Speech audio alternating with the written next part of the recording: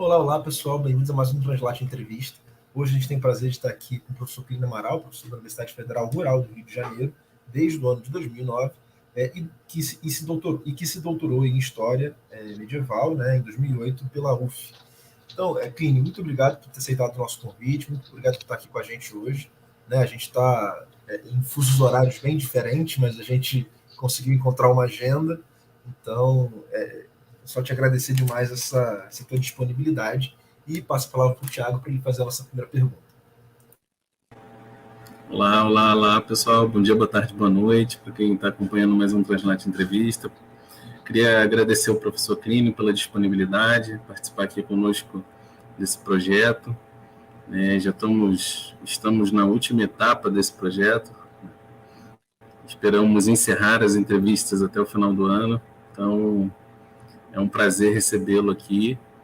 E, Plínio, assim, em geral, nós começamos a entrevista com uma pergunta que é até um pouco simples, né, mas que interessa bastante para a gente, para entender como que os professores de História Medieval chegaram até esse tema. Né? Então, a pergunta fundamentalmente seria como que se deu o seu interesse por História e mais específico, por História Medieval. Como é que aconteceu isso para você? Foi um filme, série que mexeu com o seu imaginário? Ou foi uma coisa mais tardia que aconteceu na faculdade? Conta isso para a gente, por favor. Então, cara, na verdade, embora seja uma pergunta... Primeiro, desculpa, agradecer vocês pelo convite, né? Boa tarde, boa noite, dependendo do fuso que vocês estão assistindo. Eu estou 4 horas a mais que vocês. Mas é uma pergunta... É difícil, por mais óbvio que seja, não é uma pergunta fácil de se responder.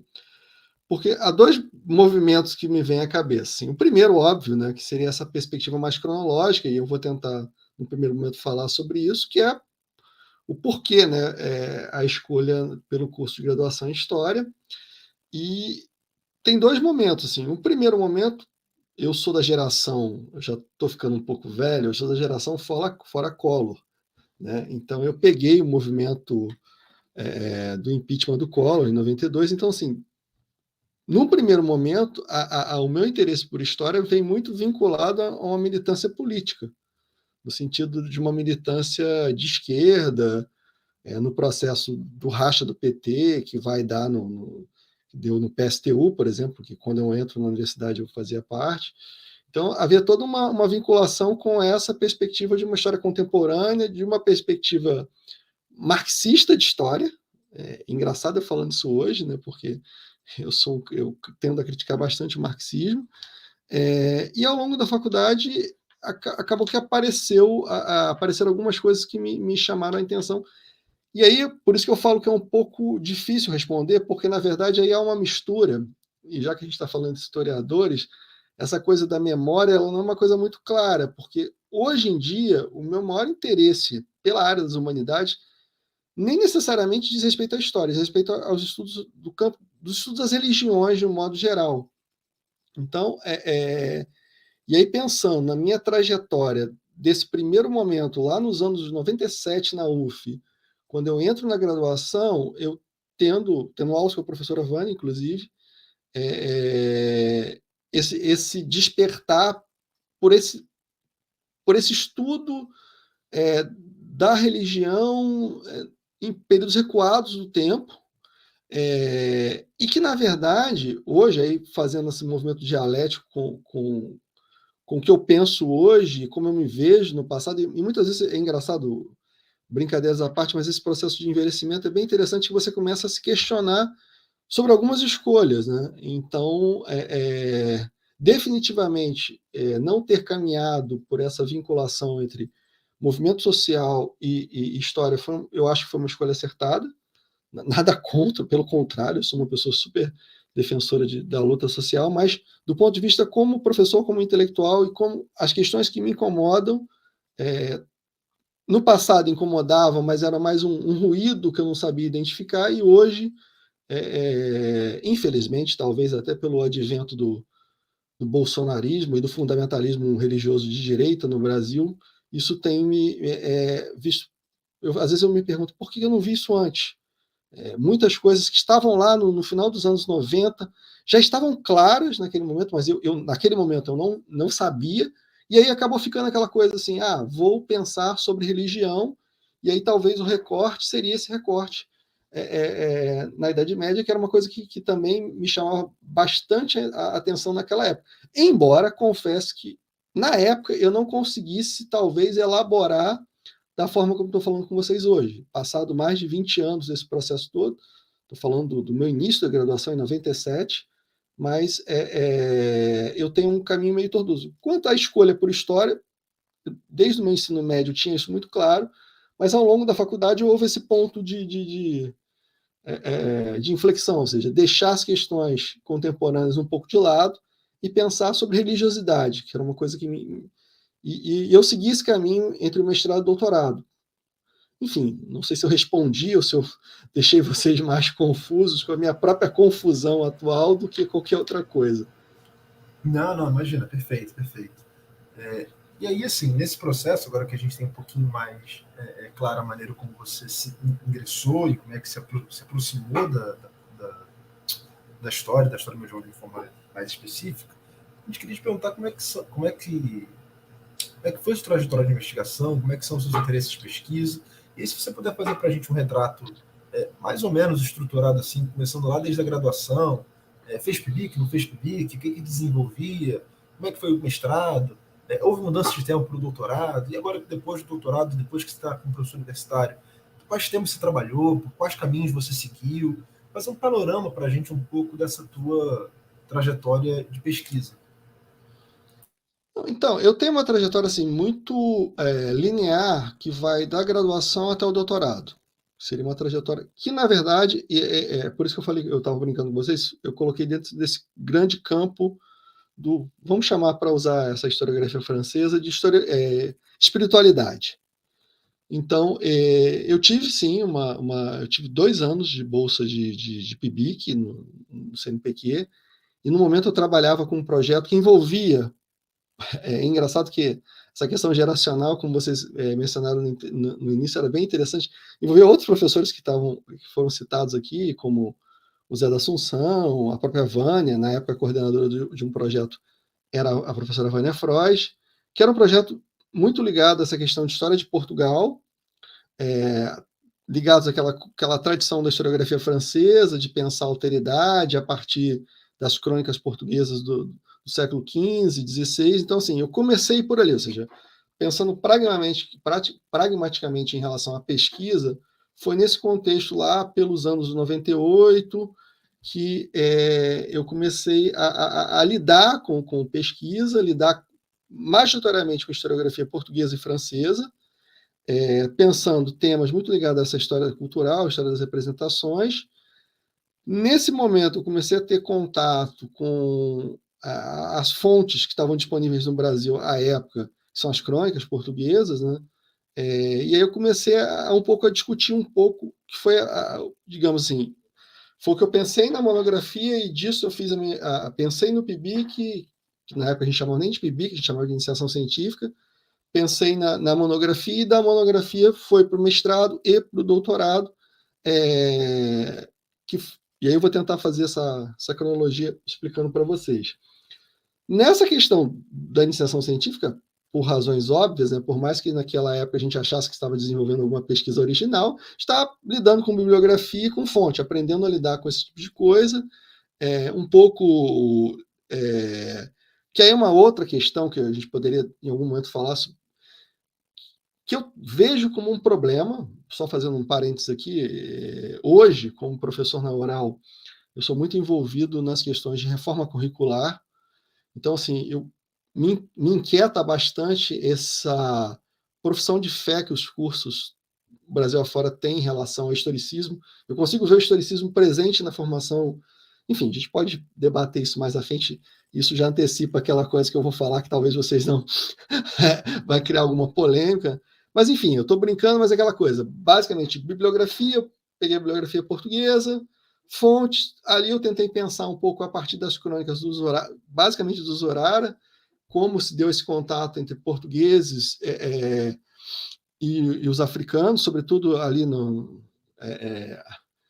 no noroeste da África, e eu desenvolvi isso no PIBIC e na monografia. A monografia basicamente dizia essa ideia muito seguindo a reflexão do Todorov, esse tipo de coisa. Disso, eu peguei um tema que foi passando para o mestrado, que tem a ver como uma figura muito marginal na tradição portuguesa acabou sendo alçada à condição de santidade, que era o infante Dom Fernando, conhecido como infante santo. Por que de uma situação absolutamente aviltante para os portugueses, que foi a derrota em Tanger e a capitulação em 36 e depois a própria... Eu estou dando as datas de cabeça, não me lembro disso mais, tá, gente? Vamos que fique claro que se eu estou errando alguma data aqui, duas desculpas. Primeiro, que eu sou idoso, e segundo, que eu não mexo com isso há décadas. E como, a partir da prisão do Dom Fernando em África, se cria um mal-estar, pelo menos um discurso cronístico. A gente vê isso no Rui de Pinas, a gente vê em alguns autores do século XV. Um príncipe está lá preso em função de uma derrota. E aí, o que aconteceu? No mestrado, eu fiquei muito aquela coisa, tentando estudar como, a partir do Zorara, você tinha esse discurso que atrelava a imagem do infante santo a um mártir. Então, eu fiquei... E aí, mais uma vez, uma ressalva importante, muito também a contrapelo dessa historiografia francesa, ou seja, no sentido de que pensar o próprio tema da religiosidade na Idade Média, como os franceses pensavam. Então, eu fiz um pouco isso no mestrado, isso virou um livro. Só que, no mestrado, houve algumas questões que eu não consegui resolver, em relação a coisas mais objetivas, em relação, assim, como que o infante santo foi alçado, pelo menos no ponto de vista discursivo. E aí, mais uma vez, um parêntese. Não quer dizer que eu concorde em absoluto com o que eu estou falando nessa parte, tá? Eu só estou retratando a trajetória de pesquisa. Porque eu acho que tem um outro nível de discussão que é mais interessante, mas que eu absolutamente não fiz, e não farei, mas eu acho que valeria a pena voltar nisso em algum momento, que tem a ver com os estudos do século XIX, mas eu já volto a isso. Se eu estiver ficando muito confuso, vocês me interrompam, porque às vezes eu me perco nos meus próprios pensamentos. Mas a ideia um pouco era essa, ou seja, eu consegui ver o discurso, sendo bem objetivo, o discurso de santidade nas crônicas, sobretudo do Zorara e do Frei João Gomes, um outro frei que eu não me lembro o nome, para não citar de forma equivocada. Mas ficou assim, eu fiquei aquela pergunta, mas ele foi santo de altar, ou seja, teve processo de canonização, não teve? Tinha um manuscrito perdido, que depois eu fui localizar no doutorado sobre ele. E, enfim, eu terminei meu mestrado basicamente discutindo essas categorias discursivas da santidade presentes nas crônicas portuguesas sobre o infante santo. No doutorado, foi um projeto um pouco mais ambicioso, no sentido de fato, tentar entender. E aí, no doutorado, eu fui a Portugal, fiquei na França, enfim, eu tive mais acesso à documentação, pude ampliar a bibliografia. Naquela época não tinha internet, ou seja, eu lembro que eu tive que ir para Lisboa para acessar não só periódico, imagina, né? Você que sair do país para ficar... E na França eu tive que ir a alguns arquivos distritais de Lille para ver algumas coisas, mas o fato era o quê? Eu estava tentando pensar assim, para além dessa categoria discursiva da santidade em relação ao Dom Fernando, quais eram os agentes que teriam intervido no sentido de plasmar a imagem dele como santo, primeira coisa. Por que isso foi feito, para além da resposta óbvia desse mal-estar criado, que é um período muito conturbado na política portuguesa, que vai ao período da morte de Dom Duarte até Alfarrobeira, em 49, em que os grupos políticos ali estão se digladiando em relação à própria, isso que a gente chama de expansão, não que eu concorde com isso, mas vamos usar os termos da historiografia, ou seja, e ali na década de 50 do século XV, eu consegui, à época, insisto nessa destaque, à época, ou seja, voltando ao meu raciocínio, não que eu concorde com ele, mas à época de que teria havido algum tipo de movimento um pouco intencional de alçar o infante Dom Fernando à condição de santo. E aí eu trabalhei com várias perspectivas no doutorado de, primeiro, superar essa questão narrativa, ou seja, de não só consultar as crônicas, ou seja, uma vez que eu pude sair do país, eu pude ver outro tipo de documentação, como documentação de chancelaria, documentação que estava na França, uma série de outros documentos que... e aí, por exemplo, eu percebi que a Isabel de Borgonha acabou se envolvendo nesse processo, ou seja, há toda uma... Hoje, eu diria que sim, o meu raciocínio naquela época foi assim, para além da discursividade, houve uma ação efetiva para não só pegar o infante santo e aquilo que eles chamavam de infante santo, transformar num santo de verdade. E aí eu tive que entrar nessas discussões, muito também mergulhando nessa historiografia francesa, um pouco do André Rocher, de tentar entender o que era a santidade naquele período, ou seja, a gente está falando de um período que, embora já houvesse um processo de canonização, mas não necessariamente esse projeto era o que definia a canonização, ou seja, era o famoso santo vox populi, ou seja, e, de certa maneira, havia, pelo menos na documentação que eu vi, alguns indícios que o Dom Fernando era entendido como santo, e aí o que eu fiz no doutorado? Eu consegui compilar... Eu conseguiria passar horas criticando o meu doutorado aqui, mas um dos méritos que eu consegui, que eu atribuo àquela tese, é que eu consegui, na ocasião, compilar absolutamente tudo que se tinha de publicação sobre o Dom Fernando, que não era muita coisa, confesso, e levantar uma quantidade grande de documentação sobre ele, envolvendo Portugal, França, que a maior parte da documentação, sobretudo da parte da Isabel de Borgonha, estava nas Flandres, que depois veio se tornar França, enfim, mas estava nos arquivos distritais por lá. Então eu consegui compilar isso e consegui meio que reconstituir, ou seja, do contexto político de Alfarrobeira, melhor, da derrota de Tanger até Alfarrobeira, de Alfarrobeira até um primeiro momento do reinado de Dom Afonso V, que daria ali, quando ele se consolida após Alfarrobeira, ali em torno de 455, 57, mais uma vez estou chutando as datas, não as tenho de cabeça mais, e um segundo momento, quando o Dom Afonso V se torna o chamado africano, né, como ele é chamado, em que as conquistas no noroeste da África se ampliam, e é um momento que, naquela ocasião, eu via isso como um projeto político, ou seja, naquela ocasião, insisto, hoje eu teria uma outra leitura do que eu fiz no doutorado, e que tem a ver com a própria ordem discursiva da história.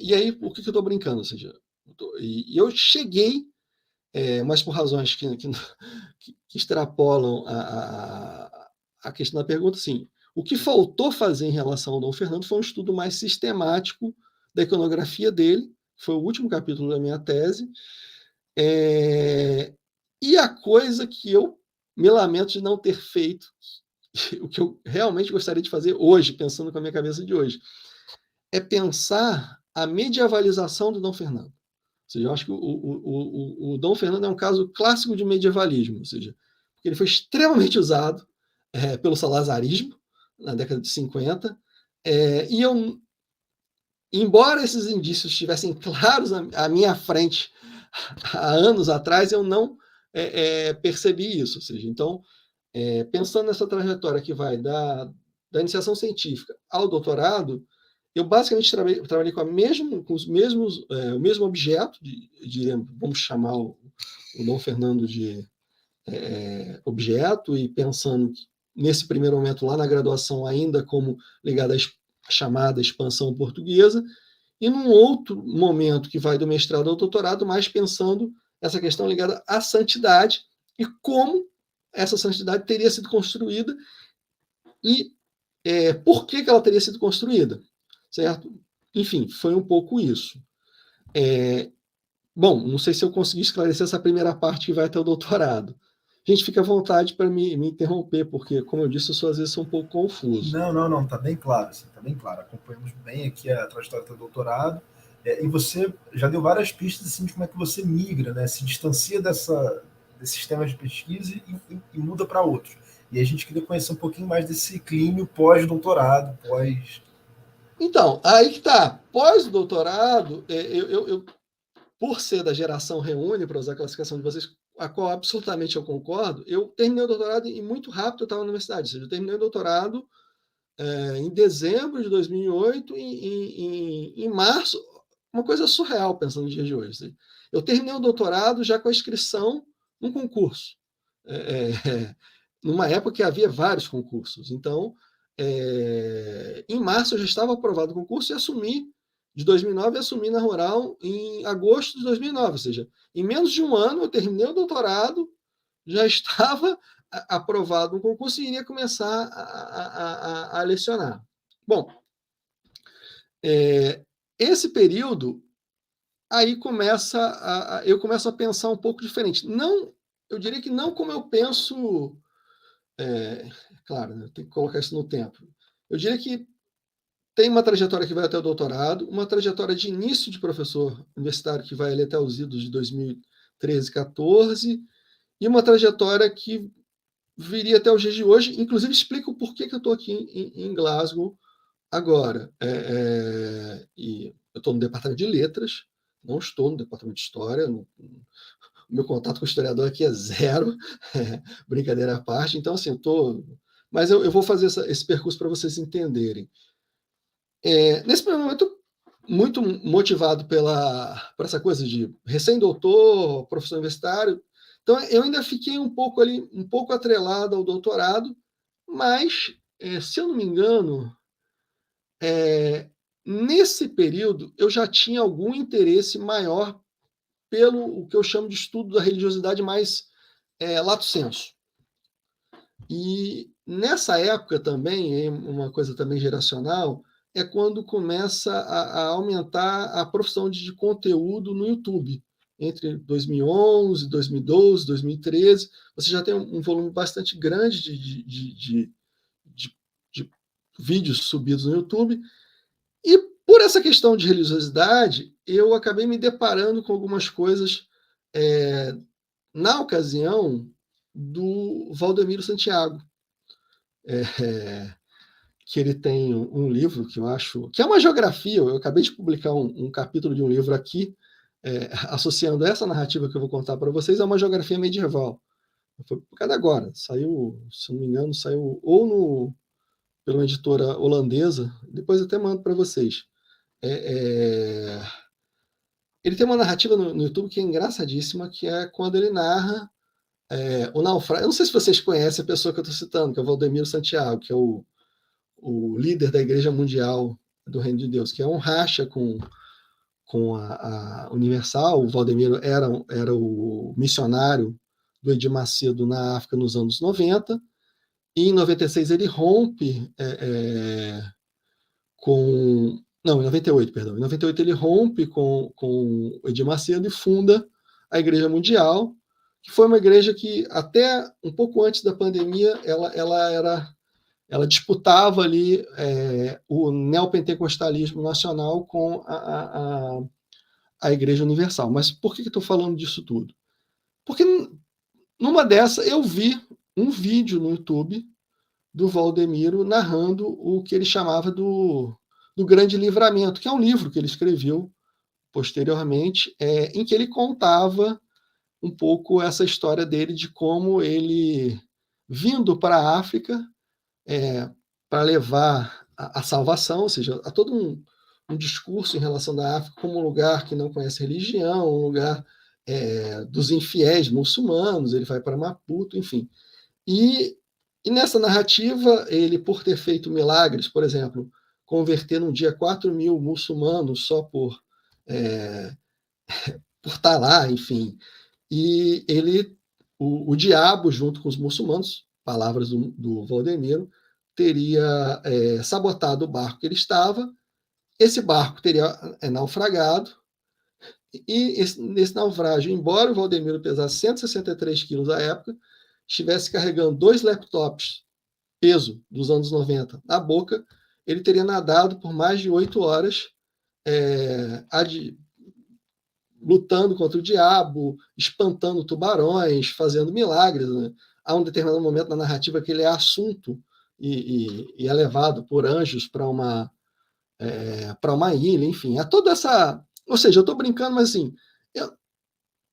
E ali, esse é o ponto de inflexão, ou seja, ali eu com essa formação que eu tinha de medievalista, eu falei, poxa, mas por que esse cara está mobilizando uma série de tópicos discursivos que estão ligados à Idade Média? Ou seja, eu claramente, quando eu vi o vídeo e depois eu vi o vídeo, comprei o livro, li o livro e falei, pô, alguma coisa tem nisso aqui, não é possível. Ou seja, de onde, formalmente, o Valdemiro tem até a 4ª série do antigo primário, ou seja, não é uma pessoa com uma formação acadêmica formal, portanto, nós não estamos falando de uma pessoa que tem formação em teologia, não no sentido que a gente pensa. Então, então assim, só para recolocar em termos cronológicos, entre 2009 e 2013 eu fiquei ali um pouco perdido, tentando dar um pouco continuidade ao que eu fazia no doutorado, mas um pouco desmotivado, digamos assim. E lá em 2013, quando eu me deparei com isso, se eu não me engano, foi por volta de 2013, eu falei, caramba, tem alguma coisa nisso aí. Embora eu não soubesse o que era. Ou seja, eu fiquei curioso e comecei E foi ali que eu me deparei com essa discussão sobre os usos da Idade Média, ou seja, que é uma outra perspectiva teórica, que vem muito mais dos Estados Unidos e aqui do Reino Unido, que na verdade o único autor europeu que escreveu sobre isso foi Umberto Eco, naquele Sonhando com a Idade Média. Eu não lembro bem a tradução em português, mas é um livro que ele fala a Idade Média como um sonho. Eu não me lembro o nome em português, mas é um texto bem conhecido do Umberto Eco, que aponta para essa perspectiva da Idade Média não como um período, mas como algo a ser mobilizado. E aí, entre 2013 e 2016, eu fiquei um pouco perdido tentando me familiarizar com essa historiografia, que era uma historiografia que eu não tinha visto na faculdade. Basicamente, é engraçado que, assim, na UF a gente é doutrinado, entre aspas, a aprender francês, a ler francês, pelo menos na minha época era assim, se você vai ter uma segunda língua na UF, tenha francês. E isso estava tudo em inglês, assim, né? Praticamente não tem. Hoje, fora do eixo da história, mas na letras, tem essa discussão na França, mas é feito pelo pessoal de letras. Eu até traduzi um artigo do tradutor francês do Tolkien, que é o Vincent Ferrer, que fez um dicionário muito interessante. Só um minuto que eu vou pegar o dicionário para vocês verem. Eu até escrevi o dicionário, que é esse dicionário aqui. Não sei se está aparecendo, que eu sou péssimo para... Deu para ver sim. Eu traduzi são três organizadores. Eu traduzi um artigo pela antítese dele, do Vincent Ferrer.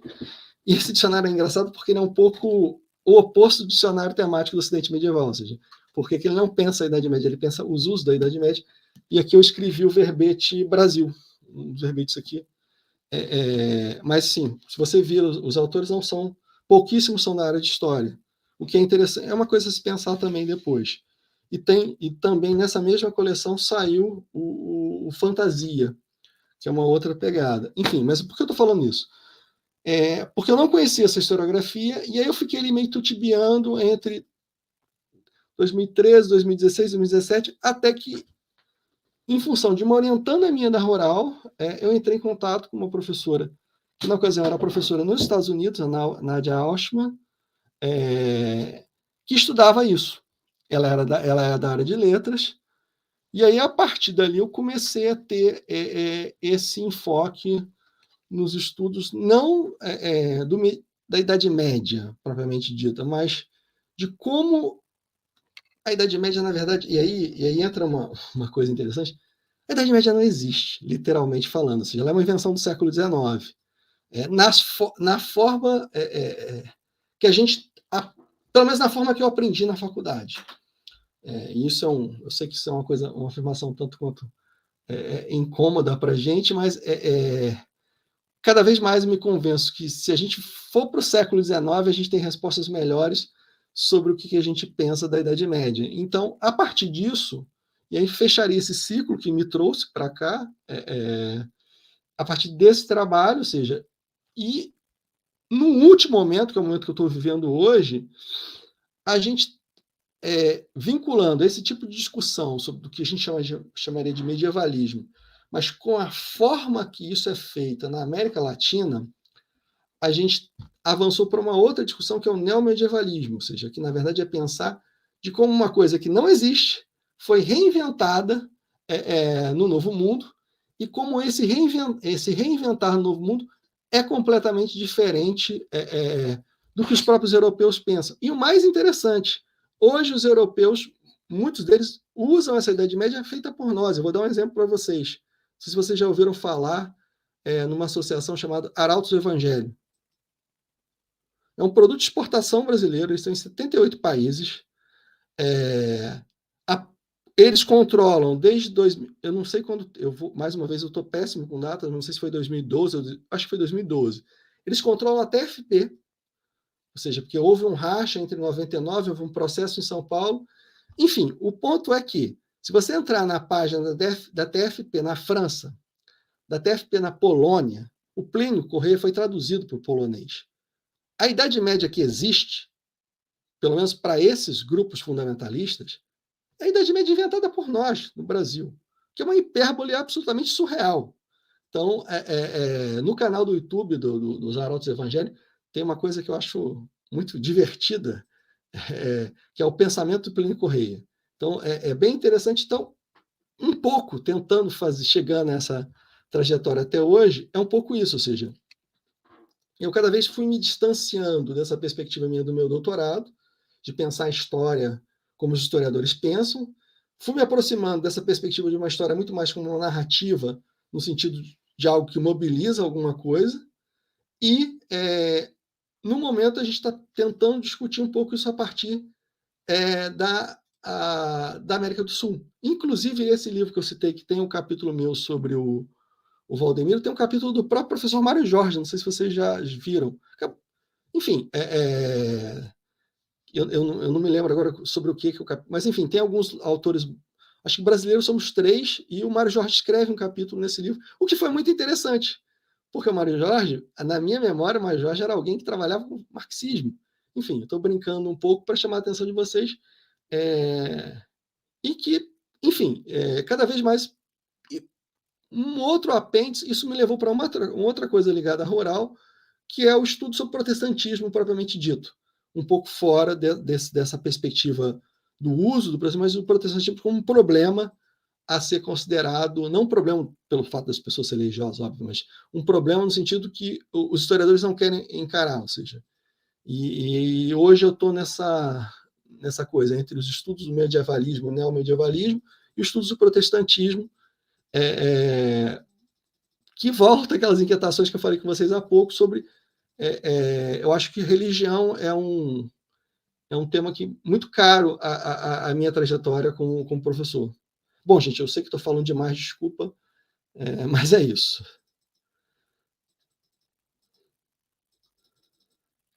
Não, imagina. Falando demais não. A gente está aqui para te ouvir. Não, perfeito. Obrigado pela sua resposta. Vai lá, Thiago, vai lá. Beleza. Não, você ia colocar mais alguma coisa? Pode ir. Não. Se vocês quiserem perguntar alguma coisa, porque eu acabo falando demais.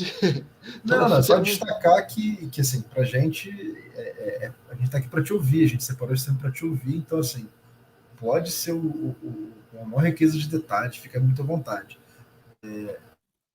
Mas, Thiago, você vai encaminhar a próxima questão, vai lá.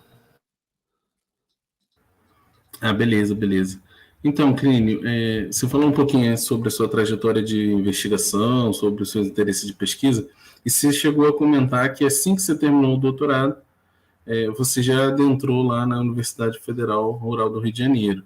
E aí a gente queria saber um pouquinho de como é que foi essa sua trajetória de docência. Antes de entrar na Rural, você chegou a dar aula no ensino básico? Como é que você pensa os seus cursos? Como é que funciona isso para você? Então, eu fiquei um tempo, sim, trabalhando como professor, e aí aquela coisa, né? Na rural, aquela. A Rural, basicamente, o curso é fruto do Reúne, ou seja, assim, um dos méritos que a Rural tem é ser. E a Rural tem uma particularidade que ela atende Baixada Fluminense e Zona Oeste do Rio de Janeiro. Ou seja, é muito diferente em termos assim, de um. Primeiro que é uma universidade que não tinha a menor tradição de humanidade. Já começa. Os cursos de humanidades na Rural, se eu não me engano, todos eles têm algum vínculo com o Reúne, ou pelo menos se tornaram relevantes durante o Reúne. Ou seja, então, as humanidades chegaram à Rural pelo o Reúne.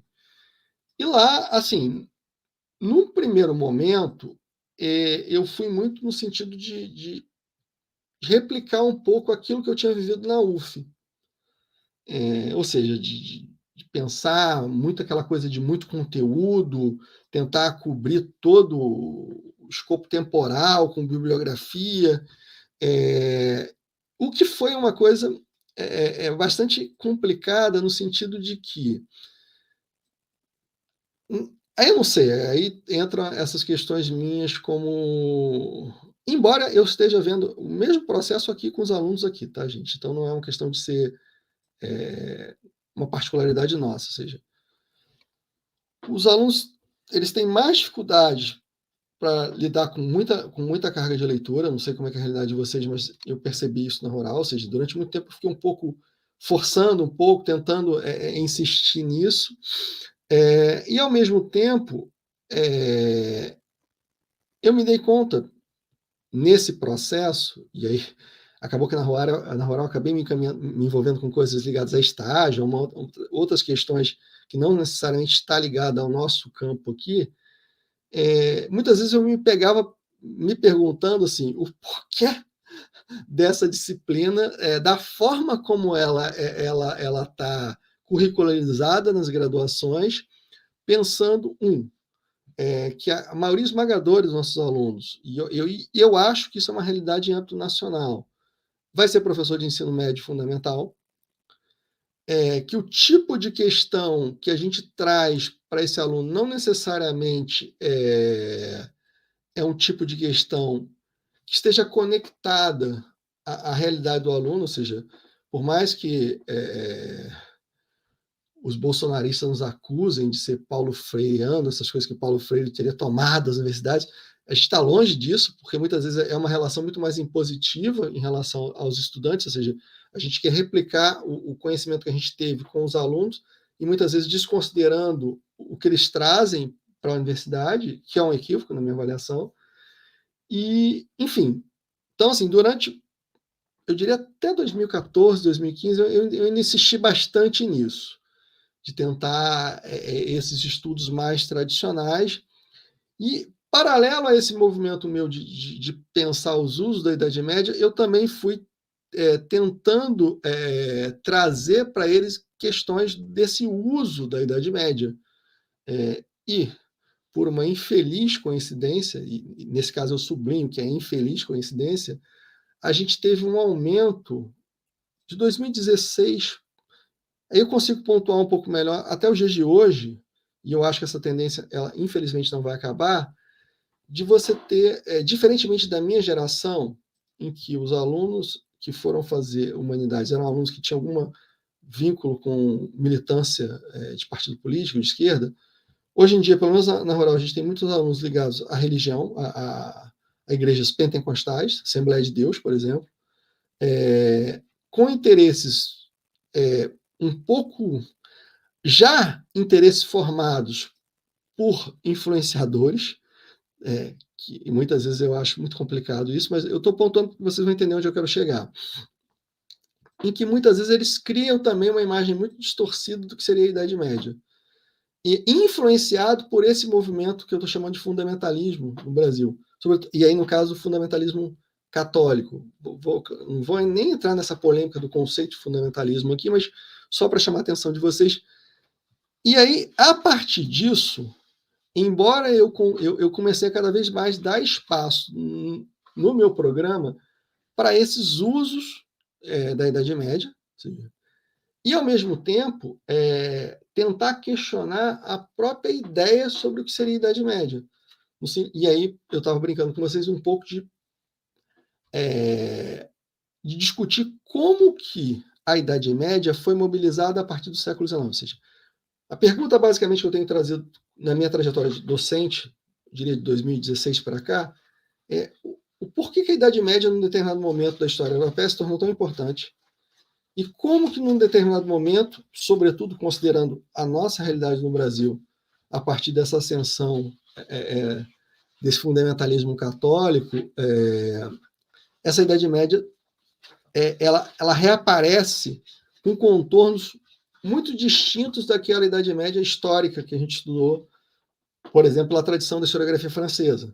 E aí, mais uma vez, ou seja, por que instituições como os Arautos do Evangelho, a própria TFP, num outro campo oposto, e que muitas vezes não converge com esse pensamento, mas também no campo do conservadorismo, a renovação carismática, ou seja, de onde, por que determinados grupos mobilizam?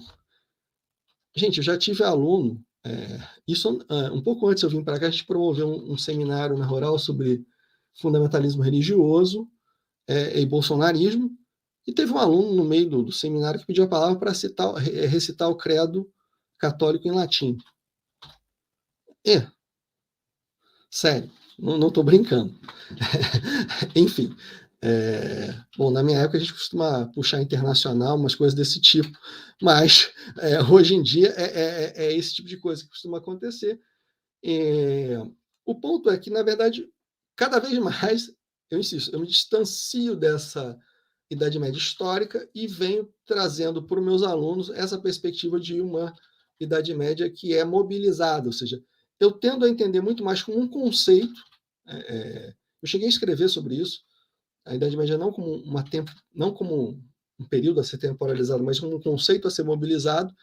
E aí nisso eu trago essa bibliografia que eu estou tendo contato desde lá de 2013 em diante, ou seja, que é um pouco essa historiografia norte-americana.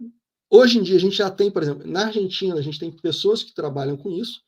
A gente está tendo um movimento agora desde 2000, desde a pandemia, mas a pandemia travancou um pouco as coisas, inclusive a minha vinda para cá, de fundar uma revista sobre isso aqui com editores do Brasil, da Argentina, da Espanha e aqui do Reino Unido, que vai publicar em inglês, português e espanhol, ou seja, a gente vai tentar manter publicações em 3 idiomas, para pensar um pouco isso de como essa Idade Média, e é isso, um pouco.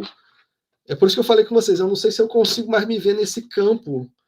Eu estou tentando me perguntar, embora eu consiga geracionalmente me encaixar, do ponto de vista do que eu penso, eu ainda estou me vendo um pouco mais fora do que dentro do campo, mas até porque é isso, eu estou me voltando muito mais para esse uso e cada vez com uma crítica a essa Idade Média do historicismo do século XIX, que eu acho que insiste, que aparece, por exemplo, na historiografia francesa. A Idade Média que você lê no Le Goff é muito mais uma autoglorificação da França do que foi a Idade Média francesa.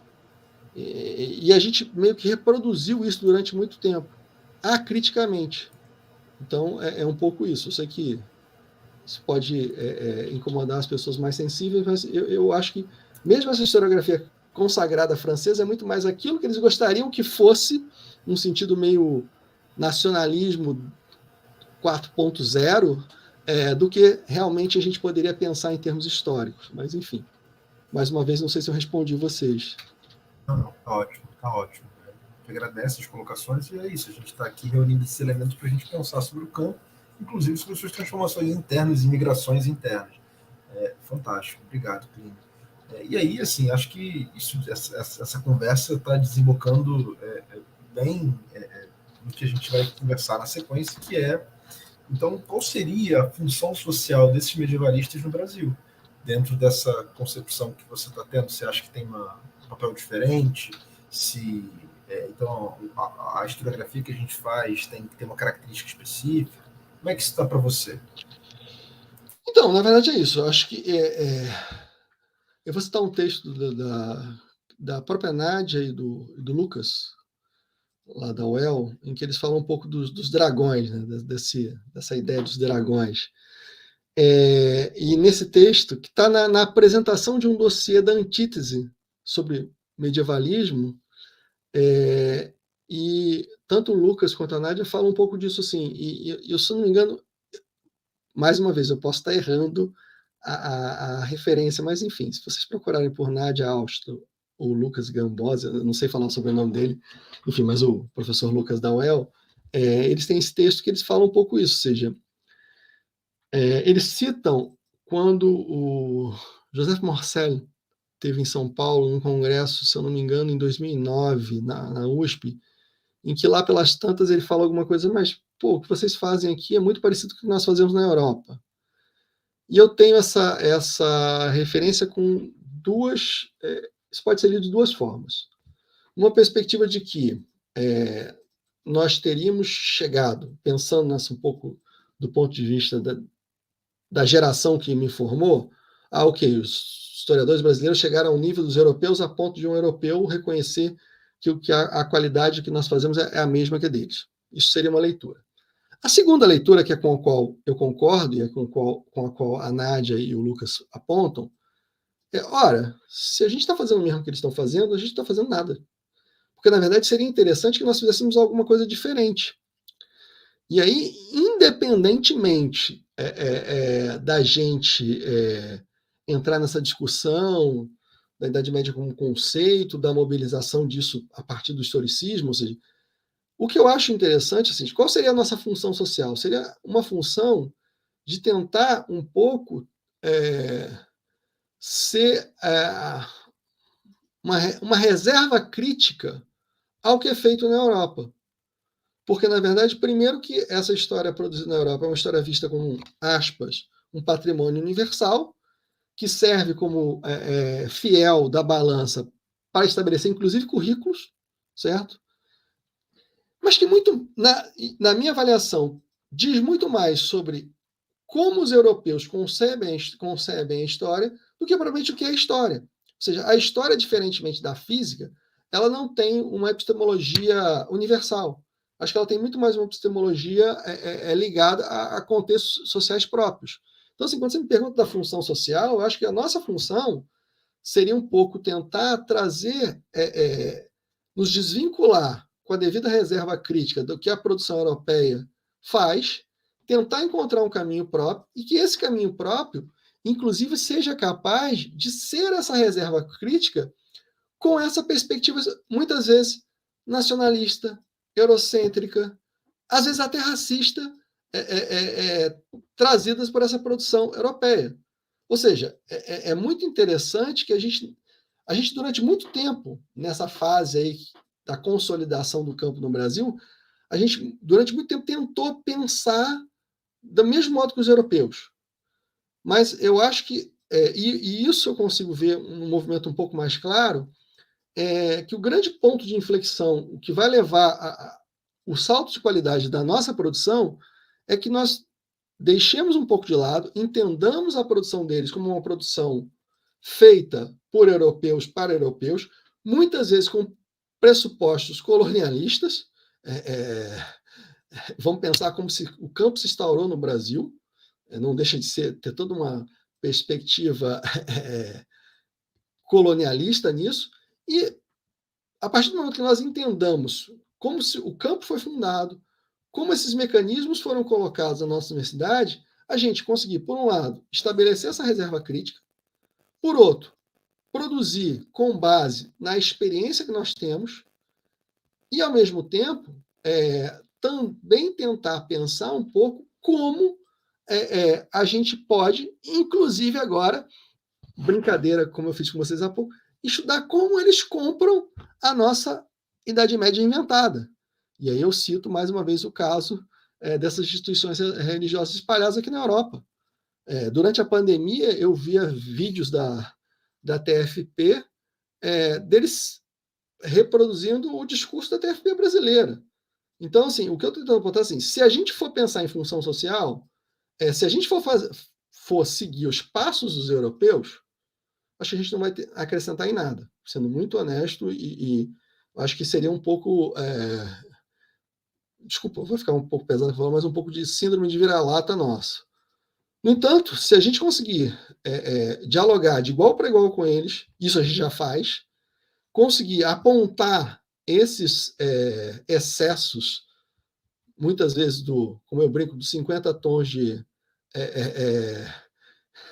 de positivismo, porque a historiografia francesa, por várias gerações, ficava criticando, mas muitas vezes eles têm muito do positivismo com eles, e mostrar o que a gente tem, inclusive como a gente pode produzir uma outra Idade Média que não seja essa produzida pelos europeus. Mas eu acho que a gente só vai ter essa função social quando a gente conseguir bater o pé e dizer, olha, não, nisso aqui, vocês estão tentando reafirmar a condição de colonialista de vocês.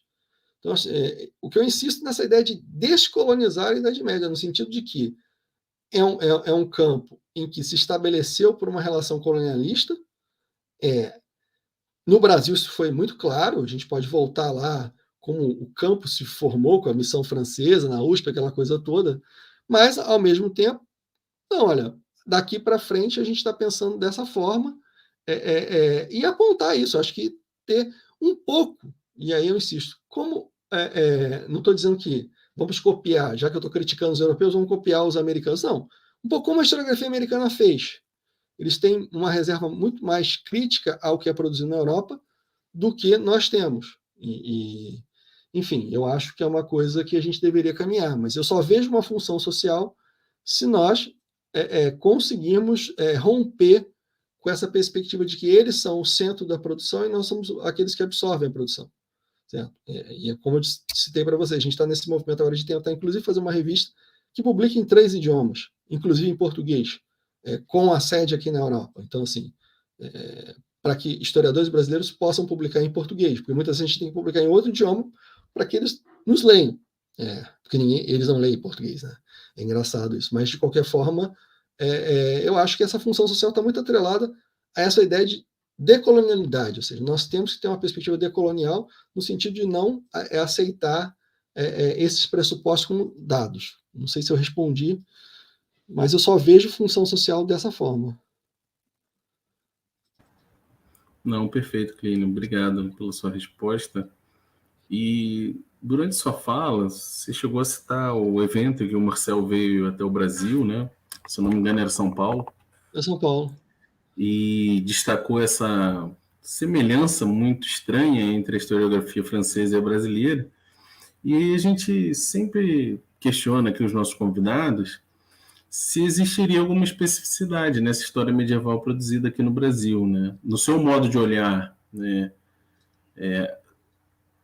Desse avanço, esse giro que o campo tem passado, ele tem produzido alguma especificidade, ou ele teve alguma especificidade ao longo do tempo, ou ele é muito parecido com o que está sendo produzido na Europa, nos Estados Unidos, na Austrália, por aí vai? Tem alguma coisa específica dessa produção brasileira? Então, aí eu mais uma vez, eu tendo a corroborar a hipótese de vocês. Eu acho que a gente consegue mapear isso por gerações. Eu vou tentar me explicar um pouco mais claro. Eu acho que a gente, até essa geração que vai anterior ao Reúne, havia muito essa preocupação de se vincular à produção europeia. Inclusive, uma preocupação institucional, ou seja, você tinha os grandes centros, que era basicamente entre Rio e São Paulo, ou seja, as universidades estavam entre Rio e São Paulo, que tentavam ter, até por vínculos institucionais com instituições francesas, intercâmbio, promover eventos, esse tipo de coisa. E naquele momento eu acho que a preocupação do campo, eu consigo ver o campo se consolidando no Brasil muito em função do Reúne. Ou seja, eu acho que o Reúne ele tem um aspecto importante, primeiro que ele interiorizou, ou seja, ele interiorizou e democratizou, no sentido de que você praticamente em todos os estados, todas as regiões, você tem profissionais qualificados, centros de estudos importantes, ou seja, você conseguiu, hoje em dia, quando você pensa no campo, você não pensa na universidade A ou B ou C, você pensa muitas vezes em pessoas espalhadas pelo Brasil afora. Eu acho isso muito legal, e eu acho que isso é uma coisa que é um movimento que eu ainda acho que vai dar mais frutos ainda daqui para frente. Então, nesse primeiro momento, eu acho que havia muito esse vínculo com essa ideia de que nós teríamos que fazer tudo que os europeus fazem, notadamente os franceses. No segundo momento, que pega um pouco ali o primeiro mandato da Dilma, nesse reúne, mas já numa fase em que os concursos diminuem, esse tipo de coisa, eu vejo a consolidação dessa produção, e essa consolidação está muito ligada ainda a alguns temas que se faziam ou se fazem na Europa. E um terceiro momento que eu começo a perceber já, enfim, de 2016 para cá, e eu não estou só coincidindo com a minha produção, mas eu estou vendo pensando em alguns colegas. O que eu consegui notar?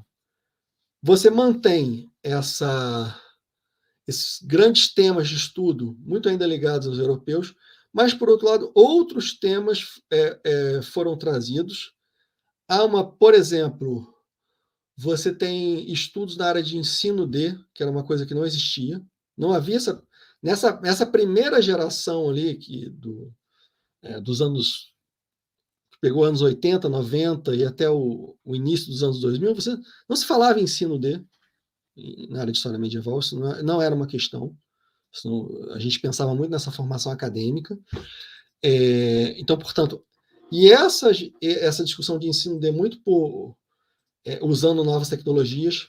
Então, portanto, eu vi um pouco dessa abrangência das temáticas que não necessariamente acompanham os europeus, por exemplo. Ou seja, o estudo da Idade Média em função de séries, games, esse tipo de coisa, videogame, isso não faz parte dessa geração, dessa primeira geração, digamos assim, né? E uma outra coisa que eu acho interessante é que eu também vejo com uma tendência que talvez uma das especificidades nossa, que eu acho uma coisa boa, é que essa produção ela começa a se tornar mais plural. E essa pluralidade ela ela tende a incentivar o debate. Ou seja, você tem pessoas, a gente tem um número grande de professores em idade produtiva que pensam muitas vezes diferente e que trocam ideias. Então, assim, eu acho que diferente, eu vou usar uma metáfora, mas assim, nós, do ponto de vista estou tentando procurar um adjetivo interessante do ponto de vista da gana, da disposição, a gente teria uma potência maior do que eu vejo nos europeus. Acho que os europeus envelheceram. Eles ficam reciclando os mesmos temas e a gente consegue trazer uma dinâmica até a temas antigos de uma outra forma. Então, assim, essa especificidade está muito, na minha avaliação, vinculada a uma pluralidade, a essa difusão do campo. Como eu disse para vocês, embora a gente ainda pense no Brasil em centros universitários, mas quando a gente pensa no nosso campo, a gente pensa em pessoas, a gente não pensa mais nas universidades A, B ou C. Então, acho que essa diversidade traz outras formas de pensar que os europeus não têm mais. Então, uma das especificidades que eu veria é essa pluralidade e essa potência de inovar coisas que eles estão aqui repaginando há algum tempo. Ou seja, eles vão criar, como eu falo, são os novos tons das mesmas coisas, e eu acho que nós estamos nos distanciando disso. Maravilha, obrigado pela tua contribuição. E agora a gente queria fazer uma pergunta que é um pouco mais específica, né? Um pouco mais circunscrita à tua experiência particular. Né? Você mencionou com a gente que você terminou o doutorado, foi para a Rural, você entrou em 2009, uma universidade que você mesmo disse que não tinha uma grande tradição de humanidades, então, de certa forma, você está ali mais ou menos pegando desde o começo de uma universidade que está ali começando a ter os seus cursos de história, portanto, os seus cursos de história medieval. Então, como é que foi a construção da área de história medieval na Rural do Rio de Janeiro? Teve alguma disputa interna? Como é que foi a relação com os colegas? Como é que foi a relação de construção do currículo? Já tinha professores antes? Você foi o primeiro? Como é que foi isso? Então, especialista, aí a gente tem dois campos, né? especialista, eu fui o primeiro no campus de Seropédica. Mas logo, primeiro, e no campus de Nova Iguaçu, a Miriam estava lá, mas ela foi para a Unirio e, em função dela ir para a Unirio, abriu uma nova vaga, também lá nos anos de 2009, e o professor Marcelo Iberriel entrou em Nova Iguaçu. Então, a gente teve, assim, pensando em termos institucional, hoje eu diria que a gente tem uma área relativamente consolidada. A gente já tem, por exemplo, a gente já tem pessoas formadas no nosso programa de pós-graduação dando aula. O Wendel, um caso, é professor da UERJ, né? Passou há pouco tempo no concurso para a UERJ. A gente já formou alguns doutores.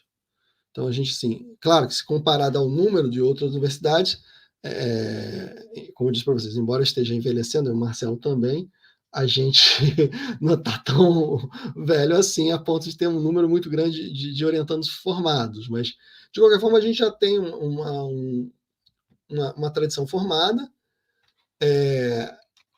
Eu acho que no caso da Rural, a gente teve alguns problemas, né? A gente teve durante algum tempo alguns desentendimentos na área em função do que seria esse campo, ou seja, havia, de um lado, o professor Marcelo e eu, e uma outra colega que entendia de uma outra forma, enfim, ela acabou se aposentando. Então, hoje, pensando assim, nesse período, a gente conseguiu manter essa produção, e tanto o professor Marcelo quanto eu nos afastamos desses estudos ibéricos, ou seja, e aí o problema de você ser o professor mais velho, ou o único, é que às vezes acaba você tendo que ser um pouco generalista também, no sentido de acabar tendo que orientar coisas de natureza distintas que muitas vezes você não tem a qualificação necessária pensando nas especificidades que a Idade Média exige. Então, assim, eu vou dizer para vocês que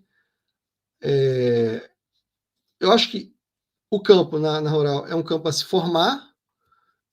A gente acabou de ter uma colega que entrou, que é a Carolina Gual, que tem eu brinco com ela, né? Ela é medievalista raiz hoje em dia, então provavelmente ela vai ser a pessoa que vai assumir esse papel do medievalista raiz na universidade, na medida em que ela, embora ela tenha trabalhos em história pública, ela tem trabalhos em outras áreas, mas ela se vê muito vinculada a essa discussão mais tradicional, ao passo que eu e Marcelo estamos... o Marcelo está estudando coisas do Suassuna, enfim, a gente está bem descolado dessa área, e eu, na verdade, hoje eu tenho essa dupla função, ou seja, eu trabalho com história do protestantismo, que é uma coisa que eu falei pouco aqui por motivos óbvios, porque não era o objetivo da conversa, e esses usos da Idade Média. Então, mas, de qualquer forma, a gente já tem, enfim, a gente já tem uma geração de doutores formados que eu espero que eles consigam... em 2019, eu organizei um livro com esse, que se tornou meu primeiro orientando de IC, se tornou um grande amigo meu, que é o João Guilherme Lisboa. A gente organizou um livro sobre historiografia, que a gente tentou fazer um pouco isso que vocês estão fazendo agora, a gente tentou dividir por região, enfim. O João já se doutorou, enfim, e ali a gente, até 2019, eu tinha esse mapeamento com clareza de que a gente tinha formado na área, mas é isso. Hoje eu vejo assim, a Rural como uma possibilidade devido à inserção da Carolina Gual nesses estudos mais tradicionais, e daqui para frente esse campo mais de usos da Idade Média, embora a Carolina jogue nas duas coisas, ou seja, eu sou mais reticente a trabalhar com o que eu brinco que é a história medieval raiz, né? Mas ela não, ela tem essa ambivalência que eu não tenho, e o Marcelo um pouco também tem, mas eu pessoalmente não, eu quero mais pensar no protestantismo e nos usos mesmo, que são coisas que me interessam mais. E nessa coisa do protestantismo, muito vinculado a estudos de teologia, enfim. Não sei se... Mas eu acho que está em construção. E eu acho que depois desses 4 anos de desgoverno, e de ataque à universidade, a gente talvez tenha alguma luz no fim do túnel, no sentido de reorganizar as humanidades com algum tipo de financiamento, porque eu não sei como é que vocês vivenciaram isso, mas o número de alunos, tanto na graduação quanto na pós, diminuiu significativamente, sobretudo nesses 4 anos terríveis que nós passamos, enfim, né? Mas espero que esse fim tenha acabado, isso tenha acabado de fato mesmo, mas então a gente teve isso também, é um outro movimento que eu senti lá, a gente teve, quando eu entrei, nós tínhamos uma entrada muito grande de alunos, e agora isso diminuiu significativamente, tanto na graduação quanto na pós, enfim, mas isso é um assunto para outra coisa aí, que é melhor nem pensar, porque deixa a gente mal pensar nisso.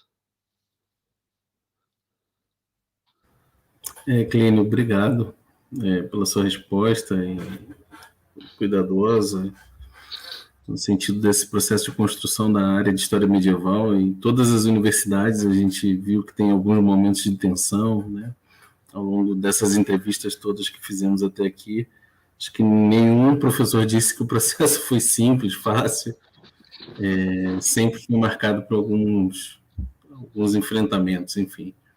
De qualquer forma, a gente está chegando aqui ao final da nossa entrevista e a gente sempre conta uma anedota, né? Então, imagina que você está lá na Rural, lá no seu gabinete, né, esperando o horário da aula, e aí bate um aluno na porta e fala: professor Clínio, gostei muito das suas aulas e eu queria saber o que eu faço para começar a estudar história medieval.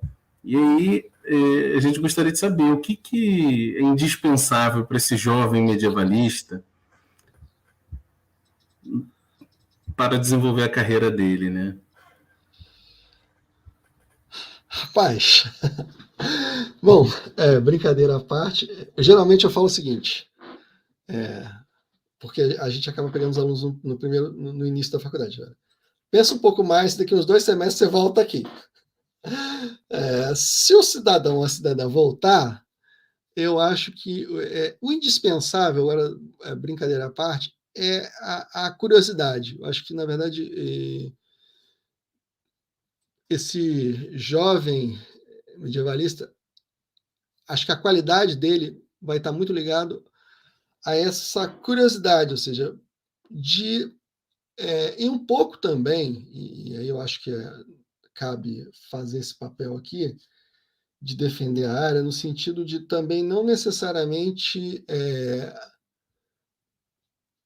achar que você deve só as questões do aqui e agora, ou seja, essa tendência que a gente tem de não, esse tipo de conhecimento que a gente faz só tem uma validade se eu for pensar contemporaneamente, ou seja, eu acho que muitas vezes esse distanciamento cronológico da contemporaneidade nos traz uma possibilidade analítica muito maior do que eu tô aqui claramente implicando com os colegas de Brasil contemporâneo, tá? Vamos dar o nome aos bois, né?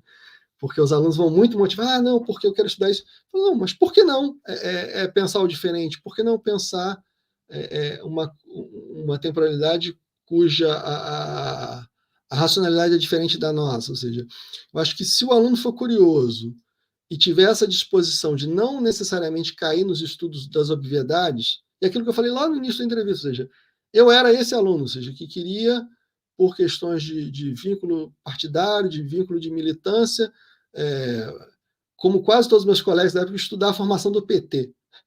Era isso. Se você pegar as pessoas que fizeram graduação comigo, sobretudo meus grupos de amigos mais próximos, acho que todo mundo estudou a formação do PT. Acho que era isso, era a grande questão, e na verdade eu fui essa pessoa que, não, olha, eu não estou a fim de estudar isso, eu vou voltar, vou pensar outras coisas, e por incrível que pareça, eu consegui, na minha trajetória acadêmica, ter uma reflexão sobre questões contemporâneas, inclusive nos últimos anos, que talvez se eu não tivesse essa formação lá que o medievalista teve, sobre pensar a religiosidade, pensar essas coisas, eu não conseguisse perceber. E eu estou brincando um pouco, mas eu falo assim, uma das coisas legais de pensar, claro que eu não estou resumindo a Idade Média ao estudo da religião, tá, gente? Mas não tem como você passar pelo medievalismo sem pensar questões ligadas às religiões. E foi isso que me habilitou muitas vezes a ter uma discussão no campo da contemporaneidade hoje, de perceber, olha, e muitas vezes de apontar para esses meus colegas, olha, vocês que ficaram aí, que eles ficavam, você estuda o reizinho, não sei o que lá, vocês que ficaram estudando o sindicato, não viram a porteira abrir e a boiada passar, a ponto que nós estamos nessa situação hoje, porque muitas vezes olha com olhar de superioridade marxista, não, isso aqui, religião, não sei o que lá, e isso mobiliza. Enfim, é o que eu costumo brincar com esse aluno, com esse mesmo aluno que quer se tornar um jovem. Esqueceram de combinar que o mundo não se desencantou, ou seja, venderam para a gente que o mundo se desencantou a partir da Revolução Francesa, mas, na verdade, o Weber estava errado, o Freud estava errado, o mundo se reencantou, sobretudo, e se reencantou usando tecnologias, inclusive de inteligência artificial, ou seja, muito interessante como a gente não percebeu isso. Inclusive, as pessoas que estudam Brasil, por exemplo, aí eu estou brincando. Então, acho que esse cara que vai bater lá na minha sala vai dizer isso, meu filho, às vezes você parar e pensar um pouco sobre essas questões lá do passado vão te trazer uma série de instrumentos que vão lhe possibilitar, inclusive, fazer essa reflexão que você quer fazer sobre o aqui e agora. Acho que o que é fundamental é essa curiosidade e não ter esse medo de fugir um pouco dessa tendência, digamos assim, majoritária de ir para a área de Brasil contemporâneo. Obrigado, Plínio. A gente, com essa pergunta, a gente meio que fecha o conjunto de questões que a gente queria te propor, né? A gente agradece demais o aceite mais uma vez. E aí perguntamos se você quer deixar um até logo, se você quiser dar um manto na Globo, alguma coisa assim, porque a gente costuma dizer que a carreira das pessoas muda. Então agora, quando você for a aeroportos, vai ter sempre uma multidão de fãs esperando. Assim. A gente tem esse poder na carreira dos professores que a gente percebe. Assim. Não é uma coisa que a gente se vangloria a todo tempo, mas acontece muito. Enfim, como você disse tantas vezes, brincadeiras à parte, se quiser deixar um até logo, a hora é agora. Não, gente, na verdade queria agradecer pela paciência de vocês me escutarem esse tempo todo. Acho que nem eu teria paciência para me ouvir falando tanto tempo. Os meus alunos sofrem, tadinhos, eles têm que me ouvir às vezes por 4 horas. Mas é isso, agradecer e, enfim, estamos disponíveis. Espero que a gente tenha aí essa ferramenta da internet que possibilita. Eu estou no fim do mundo, estou na Escócia e estou falando com vocês aqui agora. Enfim, acho que é uma coisa bem interessante para a gente pensar mesmo e trazer o debate. Acho que a gente tem que ter mais esse tipo de... Parabenizo vocês, acho que tem que ter mais esse tipo de iniciativa de trazer pensamentos diferentes, ideias diferentes. Enfim, ninguém é o dono da verdade, apenas vamos pensar um pouco, até para que a nossa área, de um modo geral, traga uma contribuição. Acho que a gente tem muito mais a contribuir, inclusive outras áreas. Enfim, é só isso mesmo e agradecer a vocês e, enfim. Maravilha, Plínio. Diziam que o fim do mundo era Portugal, não, estava errado. Segundo Plínio Amaral, é a Escócia. Então, vocês não conhecem isso aqui, é o fim do mundo mesmo. Vocês ouviram primeiro aqui no Translate Entrevista. Gente, muito obrigado e até a próxima entrevista. Tchau, tchau. Tchau, pessoal.